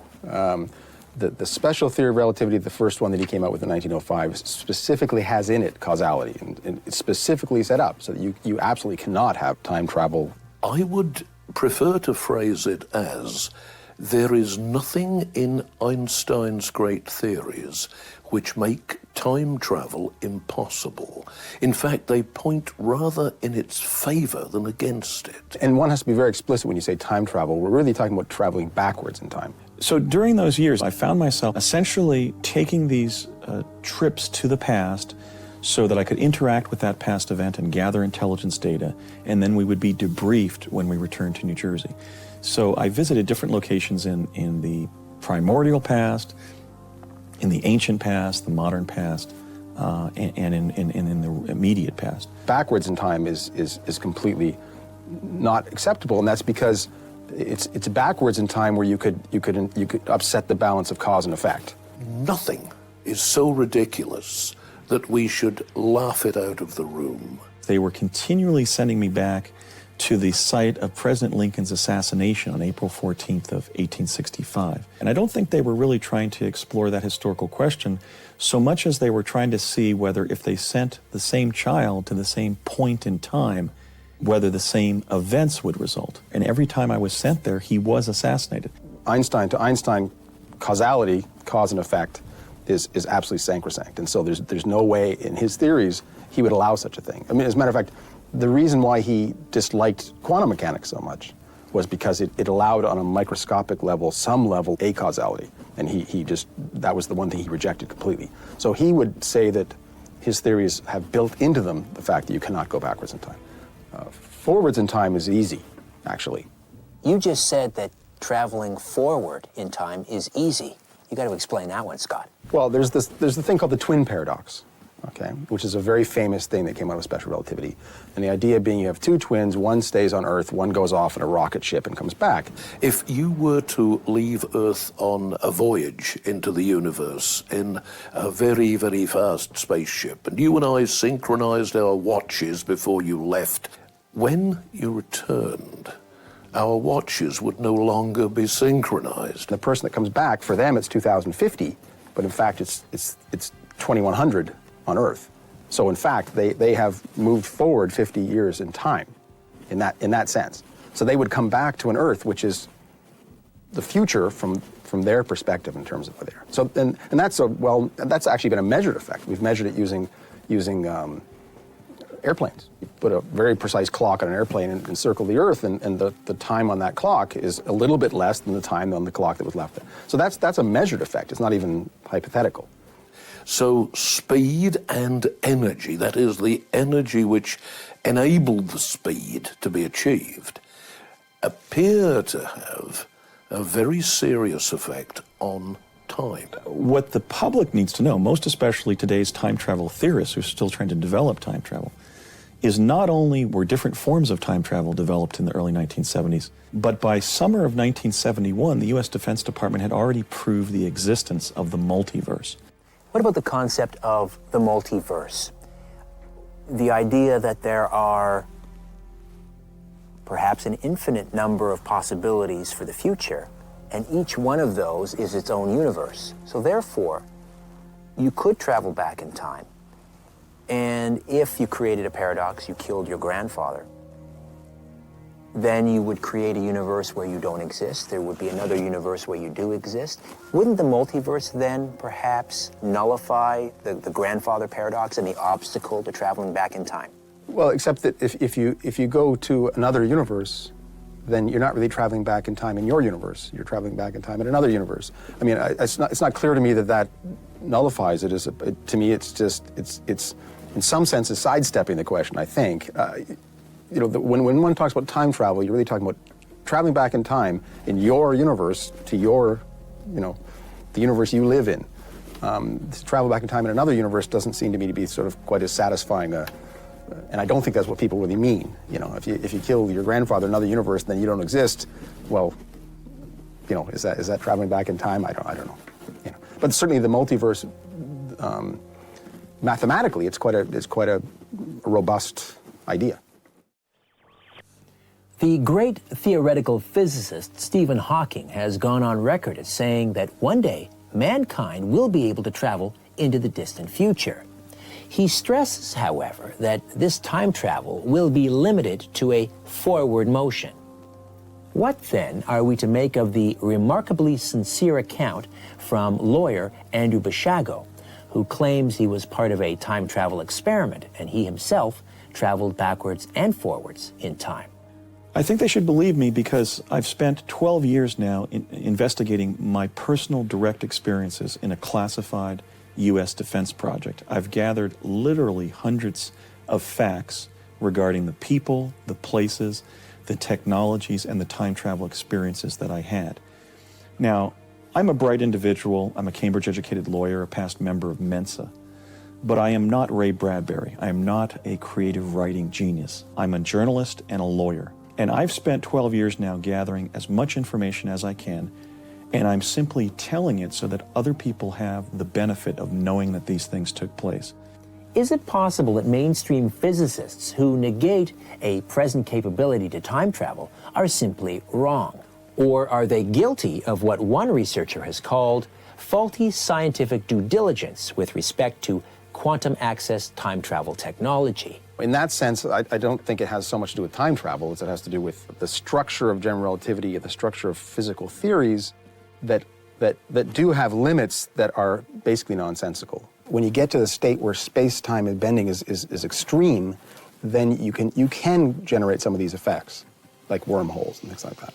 So that's the idea, but this is just nowhere near practically realizable at this point. The whole problem is that we shake our heads at fundamentalist religion of various kinds and say, well, the guy's just closed his mind to all the other possibilities.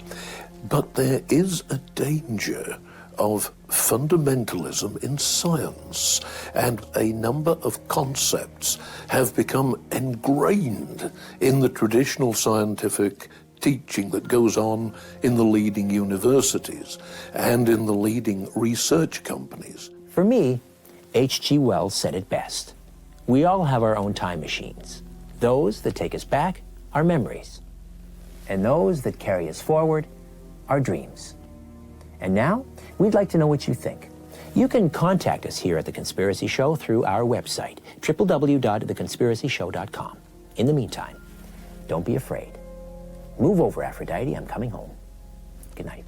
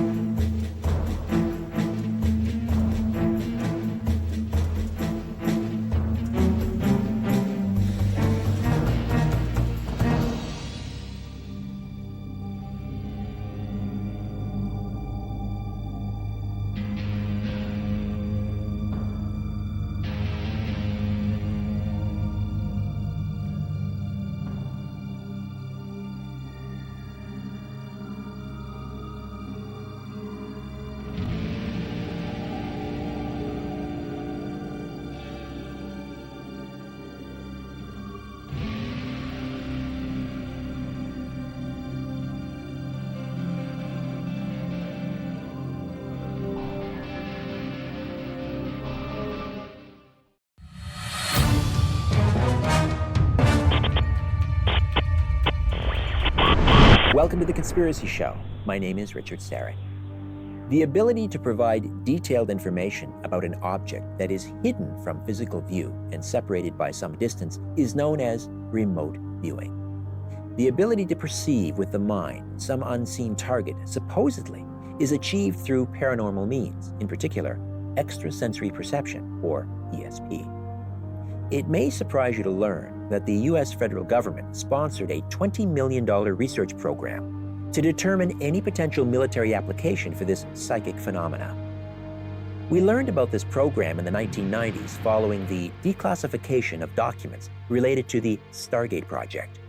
Although one Stargate viewer had been awarded in 1984 a Legion of Merit for determining 150 essential elements of information unavailable from any other source, the program was eventually terminated in 1995, citing a lack of documented evidence that the program had any value to the intelligence community. Tonight, we'll meet several remote viewers who claim, among other things, that the U.S. government's remote viewing program did yield reliable, positive results, and that claims the program was shut down due to lack of results was a cover story. We're also about to learn that remote viewing can also be used to literally transcend time and space and allow the viewer to glimpse past and future events. And of course, we'll hear from a skeptic who rejects remote viewing as a pseudoscience lacking any evidence base or proper experimental technique. Me? I just want the truth, and I'm willing to follow it wherever it leads. It is time to redefine reality.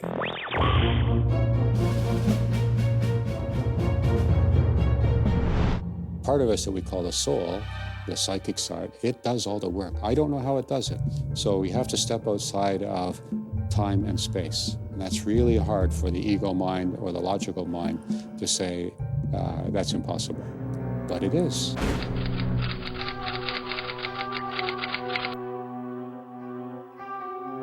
You are a remote viewer. What does remote viewing entail? Basically, remote viewing means that you can see things at a distance. To be clairvoyant is the same thing. In the military training back in the CIA days, the term became very popular. Men who had aptitude to do so would train themselves into allowing their mind to go to some place, and they were able to put themselves into a state of meditation, allow their mind to go to this prefixed place, this coordinate, and at that point in time, they would allow their attention to be drawn to something.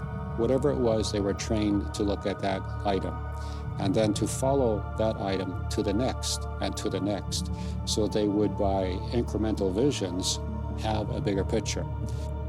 Remote viewing is the learned ability to transcend time and space, to travel to view persons, places, things, events in the past, present, or future.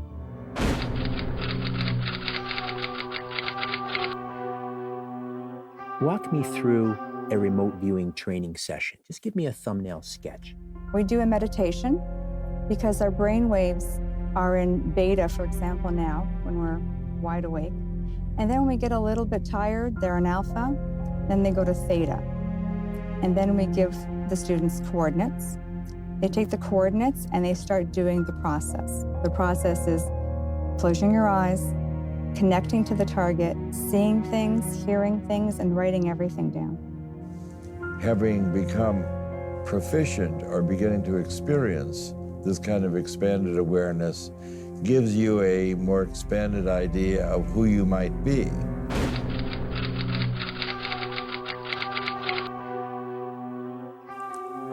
In 1972, Hal Puthoff and I started a program at Stanford Research Institute. We were able to convince CIA and Army Intelligence and NASA and everybody else to let us start a program, and we did that for 23 years.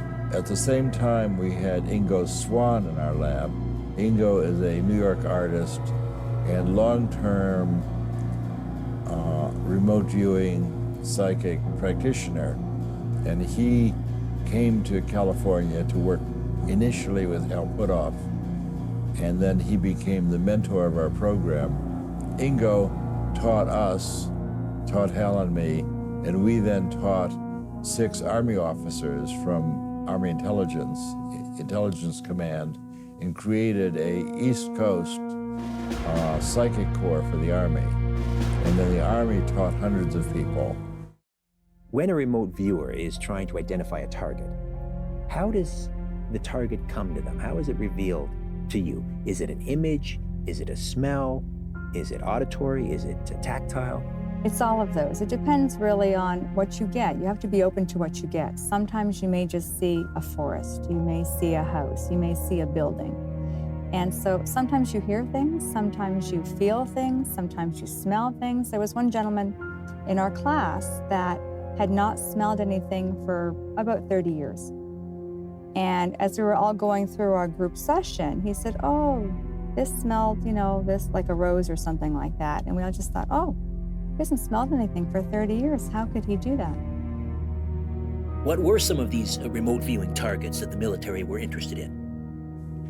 Many things came out of the East Coast program as well. Described the construction of a super large Soviet submarine that was built in northwestern Russia and launched into the Baltic Sea. It was a 500-foot submarine, which is more than twice as large as any other submarine that had ever been launched. Joe McMoneagle was one of the first people that we taught remote viewing, and he is still a very prolific and successful remote viewer. I don't think the claims of remote viewers have any substance. They violate the laws of physics. There's no plausible mechanism that's ever been postulated for how this kind of viewing would be possible.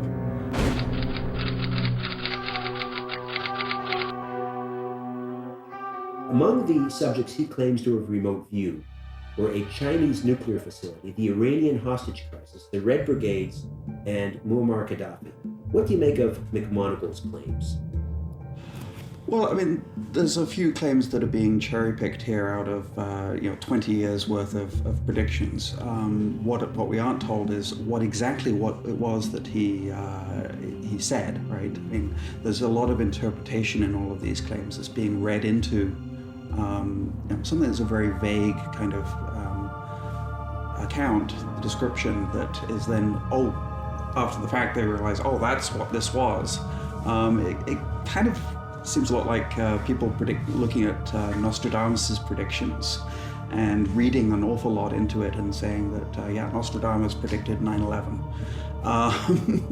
You can read into into these claims anything you like and make it fit the facts.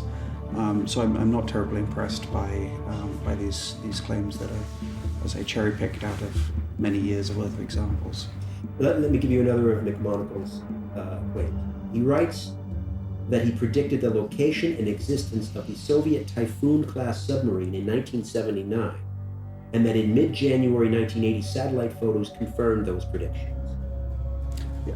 Again, I'd like to see what the actual prediction that he made was.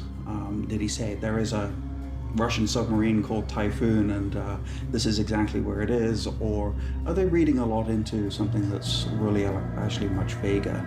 Well, the program was entirely terminated in 1995. Our Attorney General Robert Gates, he explained that since America had no real enemies anymore, it was not necessary to maintain a psychic corps. And he said the program wasn't very worthwhile anyway. Gates said the remote viewing program never provided any useful information. And I now have a whole book full of useful information that we provided. My book, The Reality of ESP, shows many of the pictures from the previously classified program, information that we gave to the government. And in fact, someone should have asked Gates at the time, if the SRI program didn't provide any useful information, why did you support them for 25 years? The US government funds lots of things. You know, their projects are notorious for not being cancelled even when they are vastly overrunning on cost. It's very hard to kill a project once it's been approved. And I think remote viewing is a project like that, there's an inertia within an institution that prevents the people who championed it initially from backing down and saying, oh, we were wrong. I think the closure was because the project really wasn't working. They weren't getting any usable intelligence out of it. It was a failed project. One of the scientists was very favorable to the claims, but there just wasn't any usable intelligence, even if you accepted the paranormal claims that were being made. Can you remote view past and future events? Yes, and present as well, all three. If you're remote viewing a past and future event, are you then in effect a time traveler? Yes, in a way. I don't want to call it that, but that's what you're doing. You're transcending time. So because the past, present, and future is all around us, we're just really checking in with it, wherever it happens to be. Is there a particular historical event that you've remote viewed that you'd like to share with me? Chernobyl was interesting because we all felt like we couldn't breathe. The air was very thick and kind of your throat was tight. And so everybody got very similar information. It's fascinating, just fascinating. When you find out afterwards where you were, you're like, oh. Everything exists in the present, but chronologically we can go back or forward in time, logically and intellectually. But the soul mind, which I believe it lives for an eternity, isn't in time. And so the ability to go back and look at things accurately 25 years ago is there. To project the mind forward in time and see things that are going to happen is also there. Could you give me an example of a past event that you have remote viewed, past historical event perhaps? We've gone back to the time of Christ. We've been at the crucifixion. We've sat around and sort of, people have asked about what happened about the disciples and who did what. Was there a Jesus Christ, for instance? Was he actually a man? And we were able to describe his life as if we were there. The one that I really thought was the greatest was the Hindenburg explosion. I found it fascinating. I got a lot of information just to see the metal all crumpled and to see the dark smoke and to see some people actually saw bodies that were burned. It was just such an amazing thing, just to be there, the feeling of being there. When you're doing it was amazing. Another remarkable thing we did in that same period, the middle 1970s, the CIA came to our lab and said, we want to know what will be happening at these coordinates, latitude and longitude, 3 days from now, that is next Thursday. And Ingo Swann began to draw beautiful hemispherical pyrotechnic display. And it turns out that the site that we were targeted to look at was a Chinese atomic bomb test, early atomic bomb test in the 70s. And what Ingo Swann described is what you would get in an atomic bomb test if you did the test and it failed. And what Swann described was a display of burning uranium in the atmosphere. It's a pyrotechnic material. It burns very beautiful in the atmosphere. You do get the pyrotechnic display, but no mushroom cloud. And Ingo described that on a Monday. On Thursday, the Chinese did the test and it failed. Yeah, I mean, suggestibility is, there are two ways in which suggestibility can play out in these remote viewing cases. One is in terms of the initial reporting. So often the remote viewers were drawing or they were describing a scene. They're taking cues from the environment around them. They're taking cues from things that people have said to them. So if they're reading the news and knowing what's going on in the world, these things are all going to filter into the kinds of reports that they give, which will make them more likely to be a hit. Have you remote viewed into the future and been able to see nothing suggesting the end of the world? It's not going to end. We are going to see the west coast of North America disappear, including Alaska, into the sea. We are going to see Switzerland disappear. We are going to see the top of Europe disappear under the waves. We are going to see land masses coming up in the Pacific and coming up in the Atlantic, and the world wobbling or tipping on its axis, or maybe even reversing its rotation. The oceans will rock out of their basins. I have seen the White House washed away. I mean, I have a vision where everything was just gone, the water everywhere. The CIA and the U.S. military claimed that they stopped operation of their remote viewing program. They claim it was because they weren't getting the results. First of all, do you believe they actually stopped that program? I can't believe that. It's not that they couldn't get results, it's that they couldn't get reliable results from mass people. In other words, you couldn't take a whole unit of soldiers and develop it. I believe that there were rare cases like me. I'm one of a few. Maybe there's half a dozen people in the world like me. All right, but you don't need one anyway. But if you're trying to train people and put them into some sort of school, no. To be like me, you have to be highly trained spiritually. You know whether remote viewing, the ability to transcend time and space, could be explained in terms of something like quantum physics? Of course it can. It can all be explained when you go to the point of stop thinking logically, and remember, we're all trained. We're trained intellectually and logically to be cynical. If we step outside of that and we say, okay, what is science? Well, it's measurement, linear, mass, weight, volume. So by measurement, you prove science. But when you get into the spiritual realms, you need different things, different forms of measurement. Quantum physics is one of these things that is brought up to explain all kinds of things that are on the fringes of science.